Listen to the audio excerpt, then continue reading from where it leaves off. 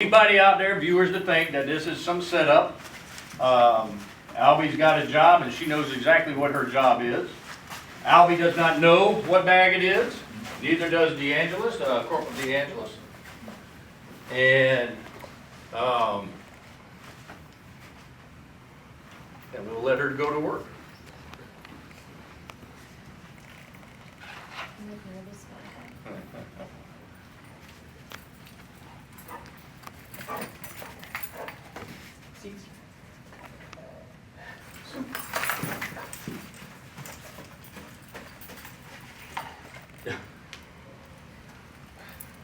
Good girl. There you go. Good Now, girl. as you can see, Albi immediately detected the gun in the backpack that was there because you and your viewers saw which bag it was, and Albi did not. But that's her job.